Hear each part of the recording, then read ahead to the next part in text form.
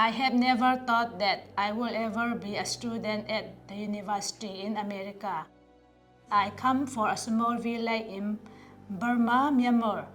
I did not think this would be possible. I arrived to the United States in 2011. My education journey started at the Excel Center, and I am so grateful for the community that support me.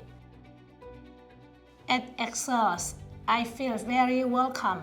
They were very caring and make plans to help their students be successful. The staff were always available when I need them. They put the students first. Because of the community at the Excel Center, I learned how important it is to help others.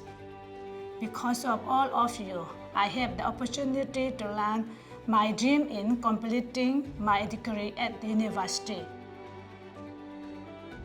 Thank you for everything.